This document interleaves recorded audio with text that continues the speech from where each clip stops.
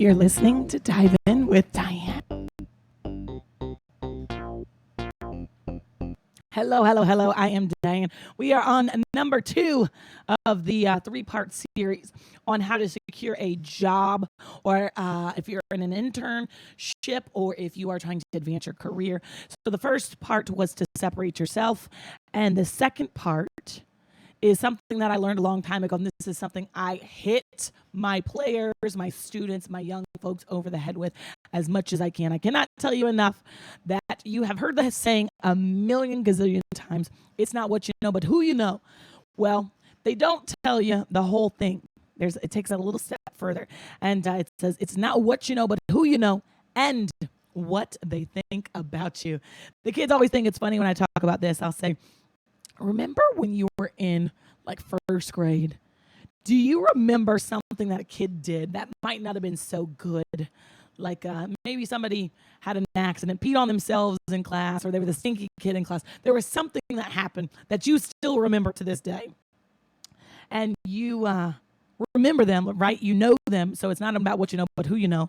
It's also what they think about you. So if you remember that kid as the smelly kid, even though they're grown up and they have good hygiene now, you still remember them as the smelly kid, right? So it is what people think about you. So even when you are younger, and I don't mean, totally accidents happen, but I mean, when you start to make choices and you're treating other people certain ways, whether you're being a bully or you're learning to defend others from bullies, people will remember the way that you treated them, even way back when. So start as a child, as much as you can kind of grasp and comprehend this, is when you kind of need to start realizing that, you know what, down the road, I might have to pay for these actions. So just because you know somebody does not mean they're going to help you. Sometimes it doesn't. It's not about what you know, but who you know is a bad thing, right? Because if you know somebody on a hiring committee, but they don't like you, that's a bad thing, right? You're going to get blackballed. So we need to be very careful when we talk about it's not what you know, but who you know and what they think about you. So what does that look like? It means don't be a jerk, right?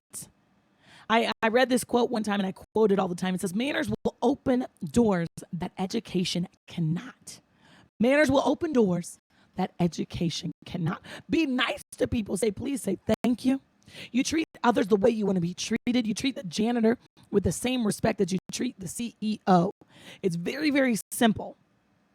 Be nice.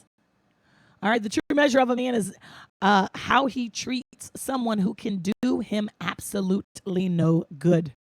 I cannot tell you the amount of times I have called in favors. Hey, would you mind putting in a word for me? And it's somebody who has maybe been, I hate using the term beneath me, but somebody that has worked for me, that I was their boss. And now here I am saying, hey, would you mind setting up this relationship? Would you mind helping, putting in a good word for me? So don't just treat somebody good who can do good for you. Does that make sense? I want you to just be nice, be kind to people. The way that you carry yourself, even though you don't realize. Okay, so let me tell you this. I was a college head basketball coach, and I was actually interviewing for the job when I was playing basketball there. I know you're not quite catching what I'm picking up what I'm putting down right now. I was in college playing basketball at Hillsborough Community College, right? The way that I was carrying myself in that moment, in those 2 years when I thought, I'm a teenager, right? It's my time to be a knucklehead. I wasn't. At least, I still carried myself with respect. I was still afraid of my mom. Somebody would tell my mom I was a jerk or saying bad words or whatever.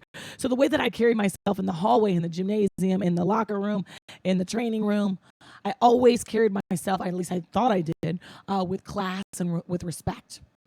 And because of the way that I carried myself when I was 19 years old, fast forward almost 10 years later, I get a phone call from the athletic director who was the basketball coach, the men's basketball coach at the time, as well as when I was in college playing there. He was like, D, we got a job opening for the women's basketball coach. I want you to come interview. I was interviewing back when I was 19 and 20, and I didn't know it.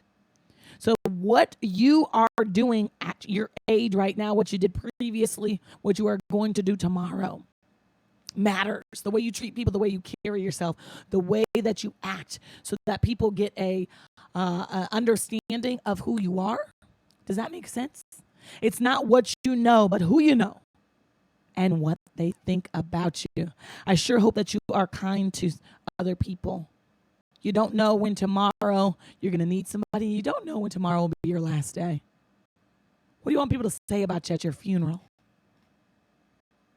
You don't want them to think that you were a jerk. You don't want them to say, man, she just worked her way to the top by kissing butt and stepping on people along the way, right? Just be good to people. Treat others the way you want to be treated. It's a simple fact. It is a fact that the world will be a much better place if we all did that. But that is number 2 in how you advance yourself. It's about relationships. It's about connections. It's about who you know and what they think about you. Hope that you got something out of this. Hope that this helps you. And until next time, do good and be good. Or be good and do good. I always get confused which one I want you to do first, but be good and do good, all right? You're listening to Dive In with Diane.